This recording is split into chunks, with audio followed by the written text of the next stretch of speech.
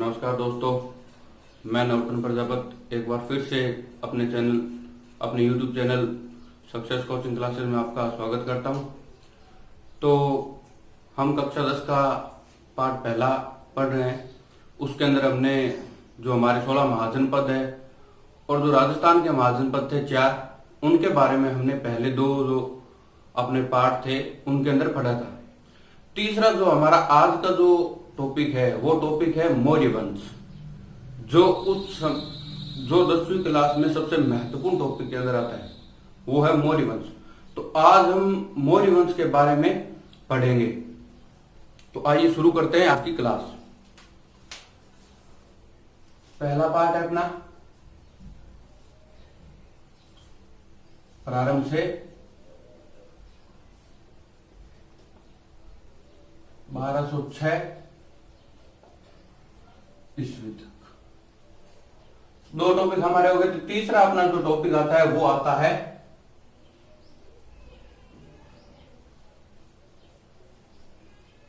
मौर्य वंश।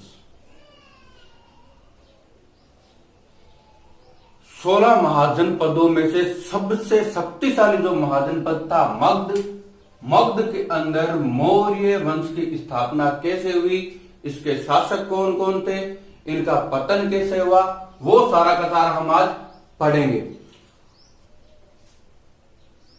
326 ईसा पूर्व तक 326 ईसा पूर्व तक अगर देखें तो यहां पर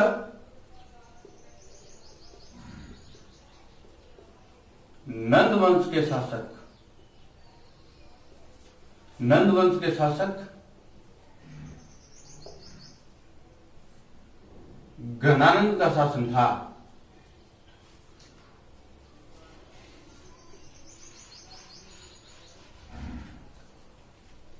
अब देखो, मैंने आपको यह बताया है कि मगध के ऊपर,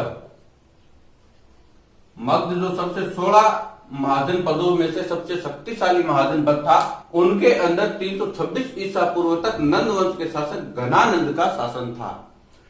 तो अब मगध के अंदर दूसरे वंश की स्थापना करना क्यों जरूरी हो गया था? जो ये घनानंद है, इसके अत्याचारों से जनता पीड़ित थी, क्योंकि ये क्या एक भोग विलासी राजा था। घनानंद जो था ये भोग विलासी राजा था और इसने जनता के ऊपर कर लगाए, बहुत अधिक कर लगा दिए, जिसकी वजह से इनके जो अत्याचार जो वो बढ़ गए। उसकी वजह से जनता क्या है, घनानंद से परेशान थी। उसके बाद यूनान का शासक सिकंदर, वो भी भारत के ऊपर लगातार आक्रमण कर रहा था। उसकी वजह से भी जनता क्या है, काफी परेशान थी। तो इस वजह से मगध महाजनपद या मगध साम्राज्य के अंदर दूसरे वंश की स्थापना करना अति महत्वपूर्ण हो गया था। तो घनानंद का ही एक मंत्री हुआ करता था, जिसको हम चाणक्य या फिर कौटिल्य कह सकते हैं। घनानंद का मंत्री था चाणक्य या कौटिल्य। अब चाणक्य ने जब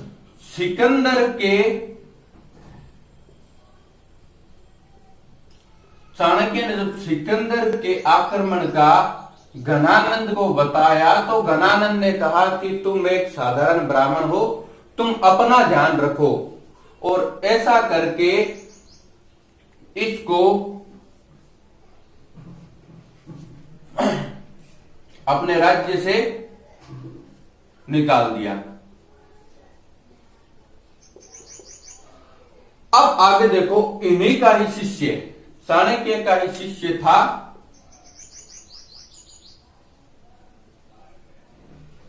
चंद्रगुप्त। तो इसकी सहायता से इन्होंने एक सेना गठित की। सेना गठित करके इन्होंने घनानंद को पराजित किया। घनानंद को पराजित करके मौर्य मगध के अंदर मौर्य वंश की स्थापना कर दी। तो चाणक्य ने अपने शिष्य चंद्रगुप्त की सहायता से घनानंद को हरा के मगध के अंदर मौर्य वंश की स्थापना कर दी। तो ये तो था इनका स्थापना तक का सफर। अब आगे इसके जो उत्तराधिकारी हुए, इसके जो शासक हुए, उनके बारे में पढ़ेंगे।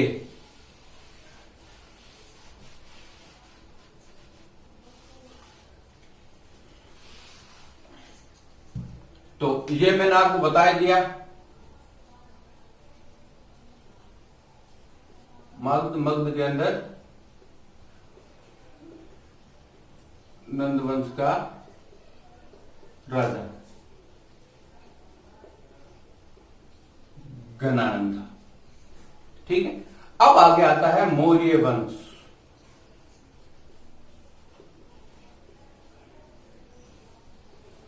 मौर्य वंश अगर देखें तो 322 ईसा पूर्व से 187 ईसा पूर्व तक इसका समय माना जाता है। चंद्रगुप्त मौर्य यहां शासन बना और यहां पर अंतिम जो शासक था वो शासक था वरहदत्त। वरहदत्त बना था 187 ईसा पूर्व में, जिसने 185 ईसा पूर्व तक यानी 2 वर्षों तक शासन किया था। अब आगे देखो, पहला जो इनका जो आता है वो आता है चंद्रगुप्त मौर्य। इसका जो समय आता है वो आता है 322 से 298 ईसा पूर्व तक। पहला जो मौर्य वंश का शासक था वो था चंद्रगुप्त मौर्य, जिसको अपने मौर्य वंश का संस्थापक मानते हैं। और ये 322 से 298 ईसा पूर्व तक इसका समय रहता है। तो आगे देखें तो इनके अगर गुरु का नाम देखें तो गुरु आप बोल सकते हो चाणक्य या फिर कौटिल्य। चाणक्य कौटिल्य। दूसरा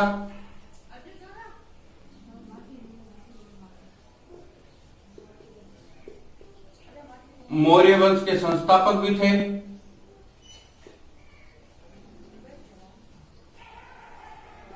अब आगे देखो, ये मात्र ना 25 वर्ष की आयु में ही मगध के साम्राज्य पर अधीन हो गए थे। इन्होंने 25 वर्ष की आयु में ही मगध का साम्राज्य प्राप्त कर लिया था। अब आगे अगर देखें तो इनकी जो विजय है उनके बारे में देखते हैं। तो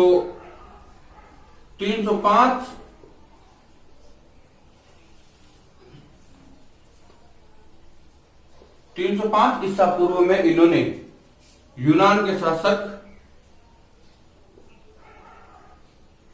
सेल्यूकस निकेटर को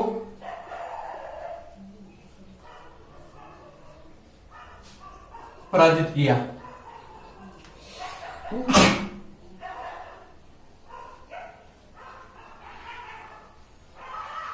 तो 305 ईसा पूर्व में चंद्रगुप्त मौर्य ने यूनान के शासक सेल्यूकस निकेटर को पराजित किया और इसके साथ एक संधि की। तो संधि के तहत देखो, चंद्रगुप्त मौर्य ने सेल्यूकस निकेटर को 500 हाथी दिए और सेल्यूकस निकेटर ने चंद्रगुप्त मौर्य से अपनी पुत्री हेलेना का विवाह किया। और साथ में ही अगर देखें तो इसी ने ही, सेल्यूकस निकेटर ने ही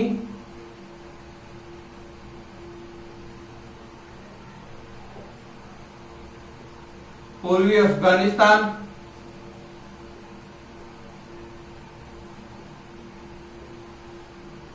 बलूचिस्तान,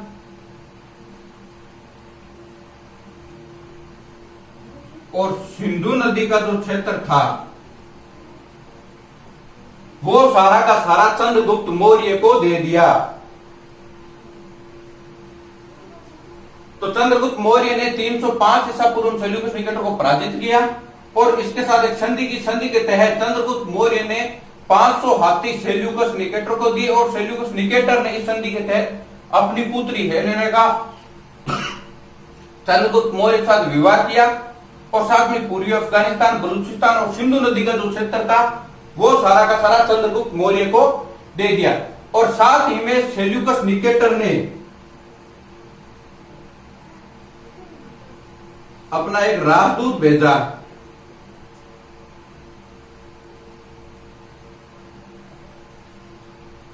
मेगस्थनीज। चंद्रगुप्त मौर्य के दरबार में इसने अपना एक राजदूत भेजा मेगस्थनीज, और मेगस्थनीज की जो पुस्तक है उसका नाम अपने को मिलता है इंडिका।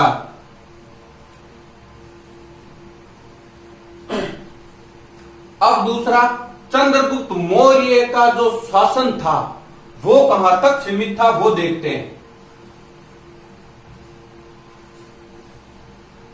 वो अगर देखें तो चंद्रगुप्त मौर्य का शासन देखो, काबुल, हेरात, गंधार,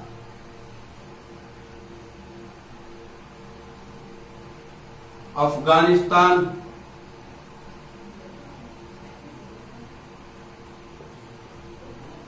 बलूचिस्तान, गंगा का पूर्वी मैदान, पंजाब,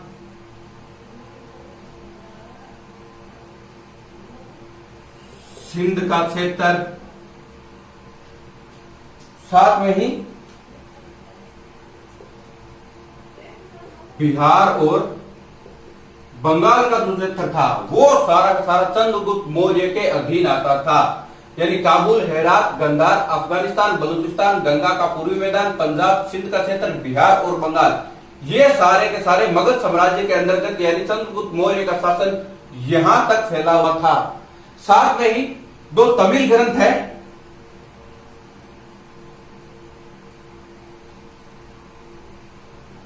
दो तमिल ग्रंथ है,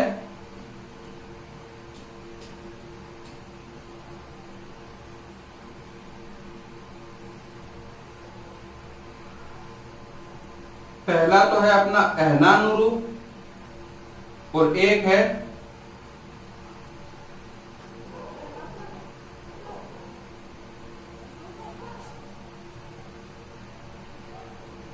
अपना मुर्नानुरु। जो दो तमिल ग्रंथ है अहनानुरु और मुर्नानुरु, उनसे अपने को पता यह चलता है कि चंद्रगुप्त मौर्य का शासन दक्षिण भारत में भी था। तो ये तो था इसका जो शासन था वो। उसके बाद में देखो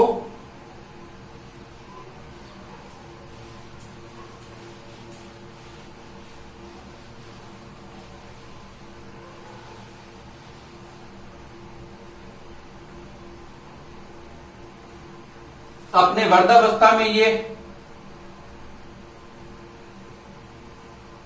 अपने गुरु भद्रबाहु से इन्होंने जैन धर्म की दीक्षा ली। चंद्रगुप्त मौर्य जो थे उन्होंने भद्रबाहु से जैन धर्म की दीक्षा ले ली अपनी वृद्धावस्था में, और उसके बाद में 298 ईसा पूर्व में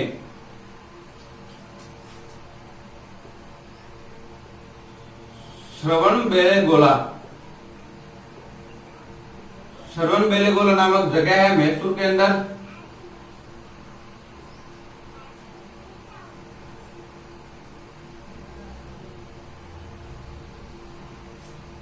यहां पर इन्होंने क्या कर दिए, अपने प्राण त्याग दिए। वो भी इन्होंने उपवास करके अपने प्राण त्याग किए थे। तो ये थे जो पहले जो शासक थे मौर्य वंश के, चंद्रगुप्त मौर्य। इनके बाद जो इनके उत्तराधिकारी थे वो थे बिंदुसार। अब हम पढ़ेंगे बिंदुसार के बारे में, जो मौर्य वंश के दूसरे शासक हुए थे।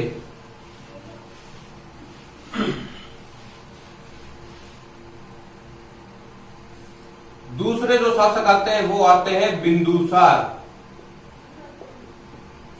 इनका समय माना जाता है 298 ईसा पूर्व से 272 ईसा पूर्व तक। अब बिंदुसार के बारे में यह कहा जाता है कि यूनानी जो लेखक हैं, यूनानी जो है इन्हें एमिथ्रोसेट्स या फिर अमित्रगाथ कहते हैं।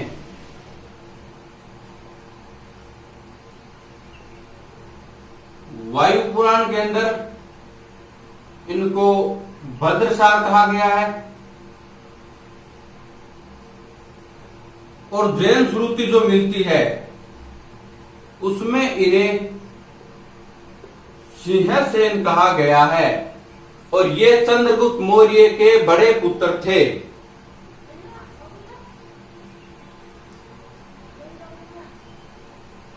और इन्होंने जो शासन किया था, इनका जो शासन है वो दक्षिण भारत के अंदर मिलता है।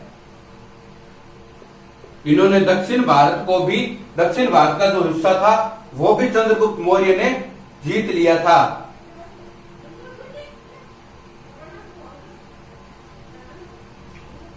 और दिव्यावदान से पता चलता है कि इनके शासनकाल में तक्षशिला में 2 विद्रोह हुए, जिन्हें दबाने के लिए इन्होंने एक बार तो अपने पुत्र अशोक और एक बार अपने पुत्र सुसीम को भेजा था।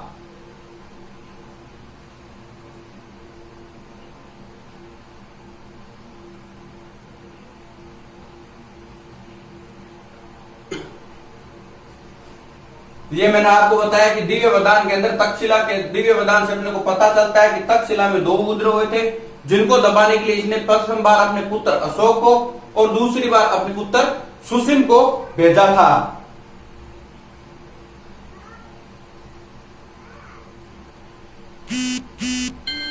और इसके बाद इनके शासनकाल में यूनानी शासक एंटियोकस प्रथम ने राजदूत भेजा जिसका नाम था डायमैक्स। डायमैक्स को राजदूत बनाकर इनके दरबार में भेजा गया था। और साथ ही में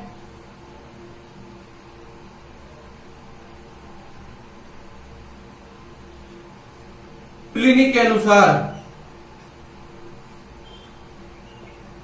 अनुसार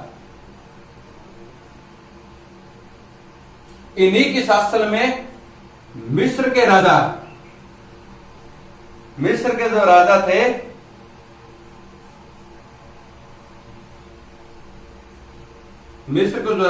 फिलाडेल्स,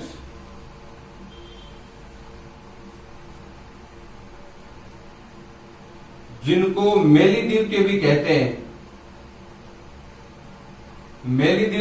हैं, इन्होंने इसके दरबार में एक राजदूत भेजा था जिसका नाम आता है डियनीसियस। ये राजदूत था।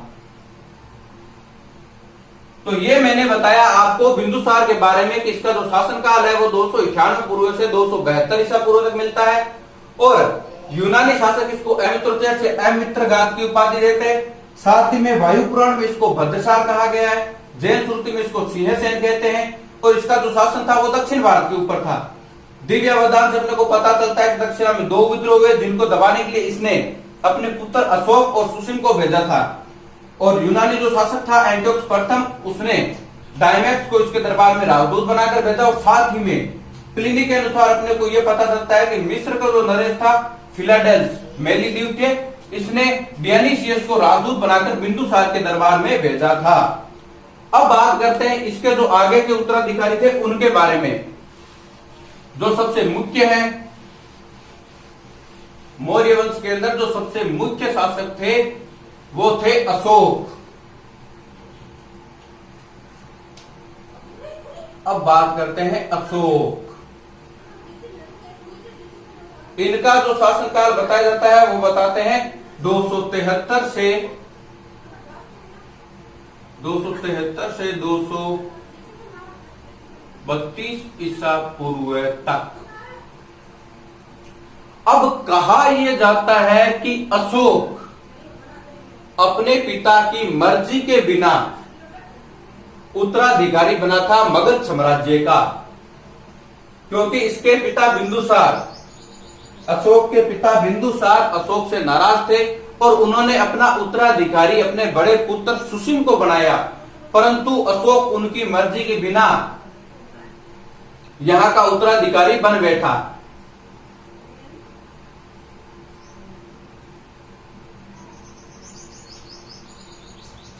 अब देखो मार्स की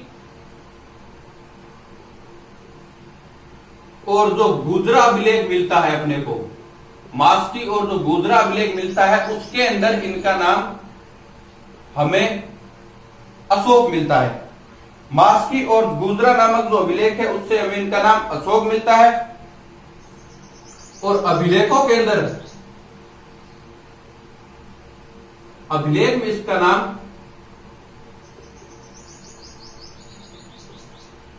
देवाना पीरियड या फिर देवाना पियदसी मिलता है। तो मार्स की और जो गुजरा अभिलेख है उनसे हमें अशोक नाम मिलता है और बाकी के जो अभिलेख है उनसे देवाना पीरियड या फिर देवाना पियदसी इनके बारे में मिलता है। और इनका जो विवाह हुआ था वो हुआ था विदिशा राजकुमारी से। इनका जो विवाह हुआ था वो हुआ था विदिशा राजकुमारी से इनका विवाह हुआ। और एक इनकी राजकुमारी का नाम और पता चलता है, यानी एक इनकी पत्नी का नाम और चलता है जिसका नाम आता है कारुवाकी। और विदिशा से इनके एक तो पुत्र हुआ महेंद्र और एक इनके पुत्री हुई। अब आगे देखो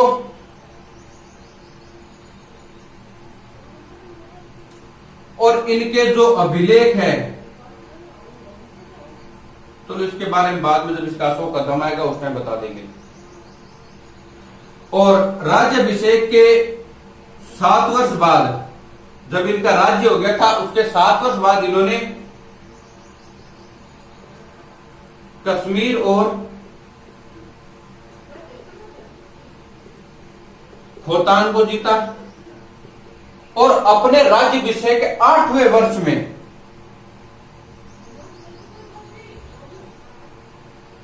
अपने राज्याभिषेक के 8वें वर्ष में इन्होंने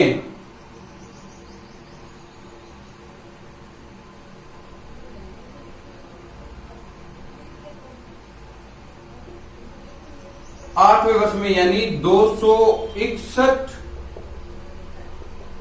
ईसा पूर्व में 261 ईसा पूर्व में इन्होंने कलिंग के ऊपर आक्रमण किया जो वर्तमान ओडिशा में पड़ता है। कलिंग के ऊपर आक्रमण किया जो वर्तमान ओडिशा में पड़ता है। इस टाइम कलिंग के जो राजा थे वो थे नंदराज। अपने राज्याभिषेक के 8वें वर्ष में अशोक ने 261 ईसा पूर्व में कलिंग के ऊपर आक्रमण किया जो वर्तमान ओडिशा में पड़ता है। यहाँ के राजा नंदराज थे। कलिंग के युद्ध में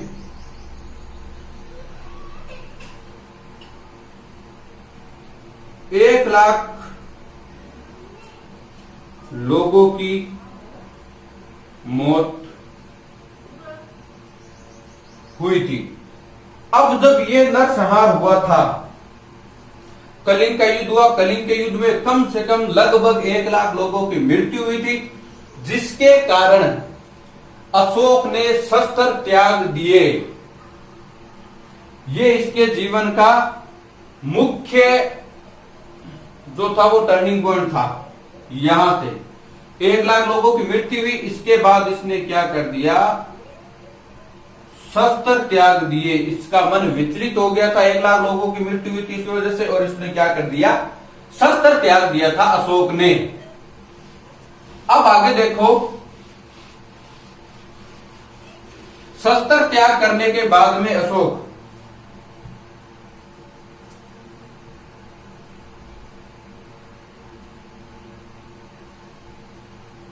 और उसके बाद में इसने जो मगध की जो राजधानी थी वो कलिंग या फिर तोसली को बनाया। उसके बाद में इसने जो मगध की राजधानी थी वो कलिंग या फिर तोसली को बनाया।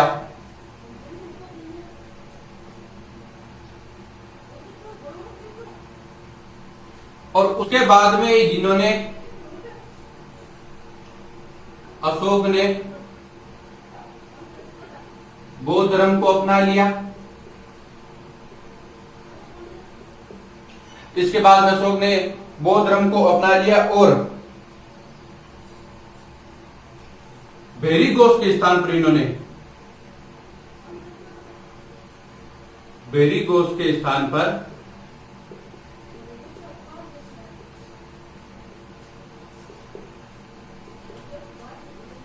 धम्मघोष अपना लिया।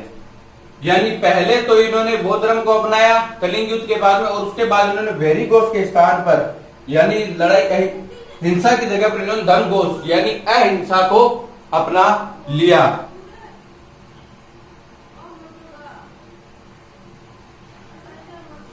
और जो राजतरंगिणी है कलहन द्वारा लिखी हुई, राजतरंगिणी जो है ये लिखी थी कलहन ने। इसके अनुसार अपने को पता चलता है कि अशोक जो था ये शिव का उपासक था। अशोक जो था ये शिव का उपासक था। और इसने क्या है, 4 अजीविकों के लिए 4 अजीविकों के लिए गुहाओं का भी इसने निर्माण करवाया था। और उन गुहाओं का नाम देखें तो सुदामा, चापार,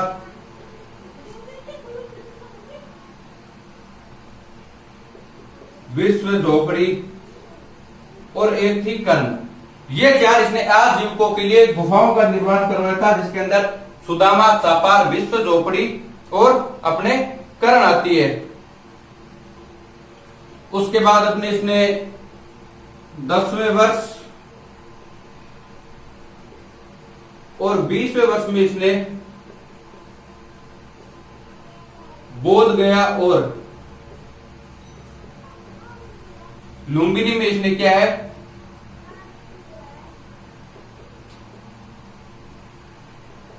धम्म यात्रा की। और इसने कर जो है वो 1/6 से 1/8 कर दिया था।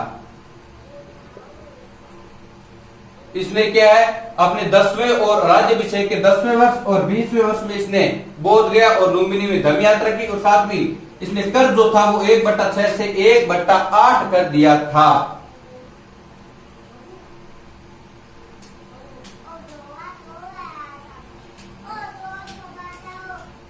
और इसके जो लघु शिलालेख है, इसके जो लघु शिलालेख अपने को मिलते हैं, लघु शिलालेख जो मिलते हैं इसके अंदर अशोक ने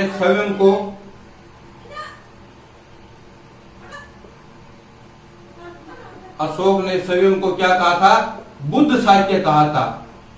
यानी बुद्ध का शिष्य, बुद्ध शाक्य कहा है। इसके जो लघु शिलालेख मिलते हैं, इसके अंदर अशोक ने सभी अंकों का बुद्ध साहित्य कहा है। तो ये था अपना अशोक। अब बात कर लेते हैं इसके जो उत्तराधिकारी हुए उनके बारे में।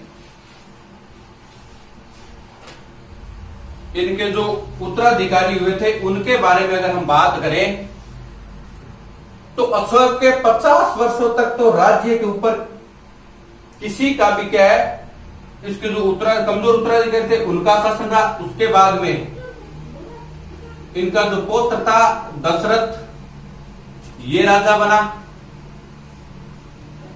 उसके बाद में कुणाल, उसके बाद में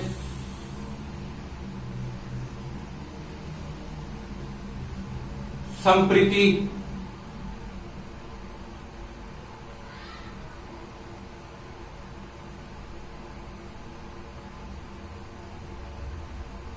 और अशोक का जो पुत्र था वीरसेन,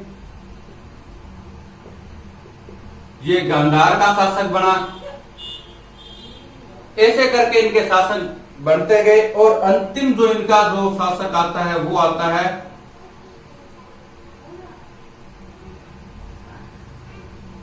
बृहद्रथ, जिसका शासन काल था 187 से 185 ईसा पूर्व तक।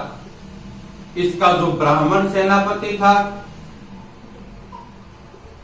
ब्राह्मण सेनापति,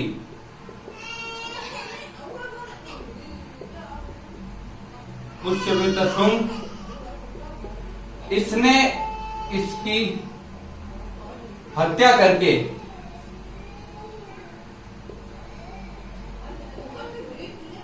शुंग वंश की स्थापना की थी। तो ये था आज का अपना टॉपिक मौर्य वंश और उसके जो उत्तराधिकारी थे उनके बारे में आज हमने पढ़ा। कल अपना जो टॉपिक रहेगा वो रहेगा अशोक की धर्म यात्रा, मौर्य प्रशासन और मौर्यकालीन जो समाज है उसके बारे में हम अगला जो टॉपिक आएगा वो टॉपिक अपना अगला होगा। तो जो इस चैनल के ऊपर नए हैं वो इस चैनल को सब्सक्राइब करें और बेल आइकन पर क्लिक करें, ताकि जैसे मैं अपना अगला वीडियो अपलोड करूंगा आपको जल्द से जल्द नोटिफिकेशन मिल जाएगा। और साथ में वीडियो को लाइक करें, शेयर करें। धन्यवाद।